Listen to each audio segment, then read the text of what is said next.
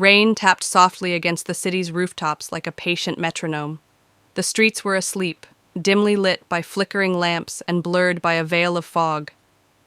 But one mind was wide awake, sharp, precise, and consumed by a singular obsession: art. This is the story of Ilyas Shazly, a man who wasn't just a thief, but an artist of theft. Raised in the shadows of poverty, Ilyas found beauty not in wealth, but in the silent brushstrokes of Renaissance masters. While other children played cricket in Karachi's narrow alleys, Ilyas sat with crumpled books he'd stolen from secondhand stores, studying Caravaggio's Shadows, Da Vinci's Anatomy, and Van Gogh's Madness. But admiration soon evolved into desire. Not the desire to view art, but to possess it. Ilyas believed the world's most valuable paintings belonged not behind bulletproof glass, but in the hands of someone who understood them. Someone like him. For 3 years, he studied the Victoria Art Museum, one of Europe's most fortified art vaults, home to over $300 million worth of priceless artwork. Among its treasures, Monet's Water Lilies, Rembrandt's self-portrait with 2 circles, and a rarely seen alternate version of Van Gogh's Starry Night. The museum boasted 24-hour surveillance, motion detectors, thermal sensors, and biometric locks. It had been declared unbreachable by global security firms, but Ilyas knew better. No system is perfect. Every fortress has its crack. You just have to know where to look. That crack was named Nahim, a tired, underpaid night guard who had worked at the museum for over a decade. Nahim wasn't corrupt by nature, but months of gambling debt and an alcoholic brother in rehab had hollowed out his resolve. Ilyas didn't need to threaten him. He needed only to understand him. It began with casual conversations during Nahim's smoke breaks, then gifts, Cuban cigars, an expensive wristwatch, and finally, an offer.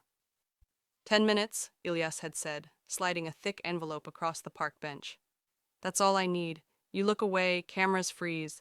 Nobody gets hurt. Nahim's hands had trembled, but he took the envelope. That night, cloudy, moonless, perfect, Ilyas moved like a shadow. He wore a heat-insulating stealth suit that masked his body temperature from thermal cameras. His tools were custom-made: a silent glass cutter, an electromagnetic pulse device to neutralize sensors, and a roll of meticulously crafted replica paintings.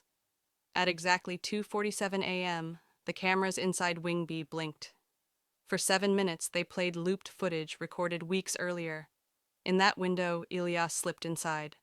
No smashed glass, no alarms, just breathless precision. He stood before Monet's Water Lilies, absorbing it for 10 seconds before lifting it gently from the wall. Then came Van Gogh's swirling masterpiece, and finally Rembrandt's haunting self-portrait. One by one, the real paintings went into shock-absorbent tubes and were replaced with near-perfect forgeries. Each forged brushstroke had been hand-painted by Ilyas himself, his secret obsession for decades finally serving a purpose. By 2:56 a.m., he was gone, back into the fog. By the time security realized what had happened the next morning, the real art was already out of the country. Interpol was called. Nahim was arrested, questioned, and released after claiming ignorance. Ilyas vanished without a trace. No fingerprints, no DNA, no clue. The world's biggest art theft in modern history had just occurred, and not a single security system knew it until it was too late. And the most haunting part? The forgeries were so good, some experts wouldn't realize they were fake until weeks later. The world woke up to a headline that shattered the illusion of security. $100 million in art vanishes from Europe's most secure museum. Within hours, the Victoria Art Museum became the epicenter of an international storm. Helicopters circled overhead, news vans parked outside like vultures, and camera flashes lit the marble steps of the once tranquil institution. Every major media outlet picked up the story. CNN, BBC, Al Jazeera, all broadcasting images of the empty frames where masterpieces once hung. Art forums, crime podcasts, and Twitter exploded with speculation. Who could have done it? How did they get past every layer of security? And most chilling of all, why hadn't anyone noticed until morning? The museum's director was forced to resign. Insurance companies panicked. Collectors feared a trend. And in the shadows, one name began to echo through the corridors of international law enforcement: Ilyas Shazli. Interpol flagged him first, a ghost with a long history of art forgery in Eastern Europe, suspected in a 2012 gallery fire in Istanbul, and believed to have ties to underground collectors in the Middle East. But there had never been enough evidence to arrest him, until now. The FBI's art crime team joined forces with Europol, forming a multi-agency task force. They combed through hundreds of hours of surveillance, pieced together digital forensics, and quietly began tracing Ilyas's known associates. One breakthrough came from an unlikely source: a rare pigment. The forgeries left behind were nearly perfect, except for one small detail. The blue used in Van Gogh's fake wasn't ultramarine.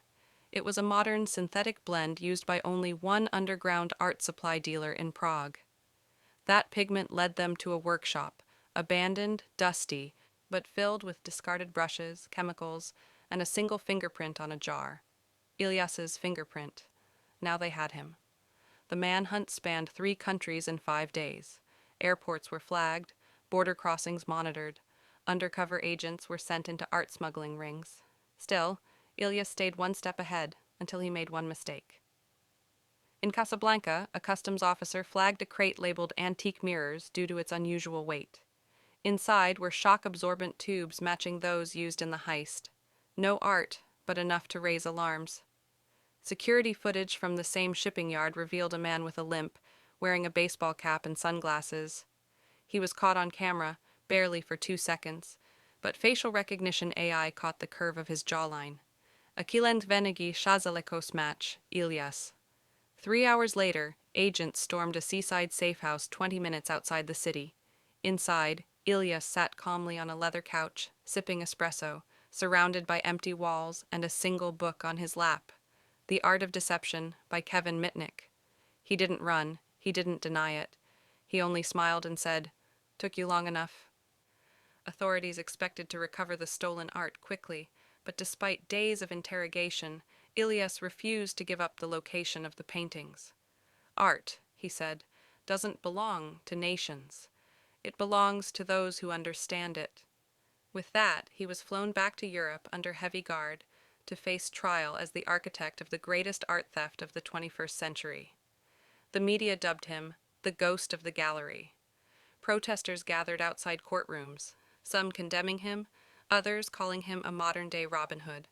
But one question remained unanswered. Where was the art? The courtroom was standing room only. Journalists packed the benches, sketch artists hurried to capture every twitch of the accused's face, and armed guards lined the perimeter as if a war criminal had entered, not a man who had stolen paint and canvas. Ilyas Shazli walked in like a celebrity, calm, collected, impeccably dressed in a tailored charcoal gray suit, not shackled, not hunched. He greeted the judge with a nod, not arrogant, just certain. This wasn't just a trial, it was a spectacle.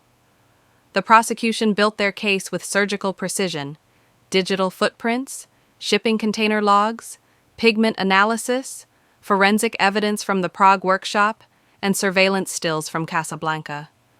They pieced together a global web of movements, shell identities, and smuggling trails that stretched from Europe to North Africa to the Gulf. But not once did they recover a single piece of stolen art. The defense, surprisingly, offered no elaborate denial. No alternative theory. Just one question posed repeatedly to the jury. If the paintings were never found, how do we know they were ever really taken? It was a gamble, a philosophical argument dressed as legal logic. But it didn't matter. The jury found Ilyas guilty on 11 counts: grand larceny, conspiracy, obstruction, forgery, and destruction of evidence. The judge, unmoved by his calm demeanor or poetic arguments about the true ownership of art, sentenced him to 32 years in maximum security. Still, there was a strange silence in the courtroom as the verdict was read. No celebration, no relief, just the eerie, lingering truth. The art was still missing. Even under intense interrogation, Ilyas gave nothing away. No accomplices, no coordinates, no bank accounts, no bargaining. He merely said, "The moment you think you found the truth, it's already out of reach." Investigators scoured his known hideouts. They raided storage facilities in Belgium, dived shipwreck containers near Tangier, and interrogated smugglers in Istanbul. Nothing. One theory suggested that Ilyas had shipped the paintings in diplomatic crates marked with forged UN tags, hidden in plain sight, now locked away in a private vault somewhere in Dubai or Singapore. Another theory claimed he had destroyed the originals and kept only digital scans, turning priceless art into ghosts. But one clue hinted at something more cunning. Days before his arrest, Ilyas had visited an elderly monk in a remote monastery in Greece. Posing as a donor, he had spent 3 nights there, unsupervised, deep in the catacombs below the chapel. Authorities found out too late. By the time they searched the place, the tunnels had been sealed for renovation. No evidence, no trace. But a single scrap of parchment in Ilyas's handwriting was found in the monk's library. It read, "What is hidden in silence can only be seen through time." In prison, Ilyas became a legend. Other inmates called him the Collector. Guards reported him sketching in his cell, recreating stolen paintings from memory. He gave art lessons once a week. Never spoke about the heist, but sometimes, just sometimes, when the lights dimmed and the prison quieted, a faint smile would creep across his face, as if he could still see the brushstrokes, still smell the oil paint, and still hear the world guessing where his treasure truly lay. And perhaps, just perhaps, that was the real masterpiece. 3 years into his sentence, Ilyas Shaisley had become just another ghost behind steel bars, until he vanished into thin air. It began on a rainy Thursday, fittingly, the kind of gray morning when routine smothers suspicion. At 7:45 a.m., during morning head count at Belmarsh Maximum Security Prison, a guard paused outside cell 312. Empty. He looked again. The bed was perfectly made. The food tray was untouched. The security door locked. But Ilyas was gone. Panic erupted. Within 10 minutes, the entire prison was locked down. Drones scanned the perimeter. Dogs sniffed every corridor. Surveillance footage was reviewed frame by frame. Nothing. It was as if he had evaporated. 3 hours later, a staff member found something chilling in the prison library. Inside a hollowed-out copy of The Count of Monte Cristo, a folded note in Ilyas's handwriting, "Imprison a body, and the mind becomes the key." The escape, authorities later admitted, was a masterpiece in deception. Ilyas had spent over 2 years building relationships inside the prison, slowly, quietly. Not with other inmates, but with staff. The janitor who cleaned the West Wing, the nurse who handed out medication, and most importantly, a recently transferred guard with gambling debts. Using his charm and a series of carefully planted rumors, he'd created a perfect illusion that he was planning something else, something larger outside prison walls. While intelligence officers focused on intercepting those imaginary plots, Ilyas focused inward. He had studied the prison's blueprints, learned every shift rotation, knew which cameras had slight blind spots and which guards took longer bathroom breaks. But the most brilliant part? The disguise. During a weekly art therapy session, he had carefully studied the facial structure and build of an aging prison psychiatrist, Dr. Leonard Weiss. Over weeks, Ilyas painted, sketched, and practiced molding. One day, he requested access to clay and latex for an art class project. Nobody questioned it. After all, what harm could a painting prisoner do with art supplies? On the morning of his escape, during a scheduled fire drill, Dr. Weiss entered the West Wing. Cameras showed him walking in and walking out 15 minutes later. But it wasn't Dr. Weiss. It was Ilyas. He wore a silicone mask molded to perfection, identical spectacles, the doctor's ID badge, and even mimicked his limp. The real Dr. Weiss, found later, unconscious and unharmed, locked inside a supply closet. By the time the authorities realized what had happened, Ilyas had already been gone for 6 hours. CCTV footage from outside showed him walking calmly to the staff parking lot, entering a beige Toyota Corolla and driving away. Interpol issued a red notice. Airports were flooded with alerts. Borders were sealed. Too late. Inside his former cell, one final message was found, scratched into the wall behind a loose brick. The frame is empty, but the art was never lost. The media exploded. Headlines screamed humiliation. How could a man under 24-hour surveillance, locked in one of the most secure prisons in Europe, simply walk out? Some called it the greatest prison break since Alcatraz. Others whispered that the escape was part of the plan all along, that Ilyas had orchestrated even his capture, just to disappear again, while the world chased shadows. And somewhere out there, in a quiet place unknown, a man sat by candlelight, sipping dark coffee, his eyes drifting over 3 covered canvases in a hidden room. Still untouched, still perfect, and still his. Years passed, but the paintings were never found. Interpol's Art Recovery Division poured millions into global leads, none successful. Museums tightened security worldwide. Collectors refused to speak publicly, fearing they'd be linked to the stolen masterpieces. And still, the world asked one question: where did Ilyas Shazli hide the art? The answer never came. After his great escape, Ilyas became a ghost again. No confirmed sightings, no digital footprints, no bank activity. It was as if he had slipped between the cracks of the world. Whispers circulated in elite art circles that a private collector in Monaco had bought the Monet for $60 million, sight unseen. That a Russian oligarch kept Van Gogh's Starry Night variant in a climate-controlled bunker beneath a vineyard.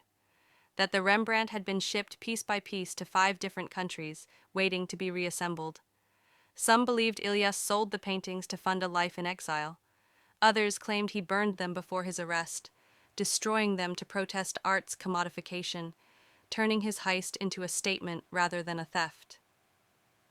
But the most compelling theory came from a former Interpol agent who had interrogated Ilyas before his escape.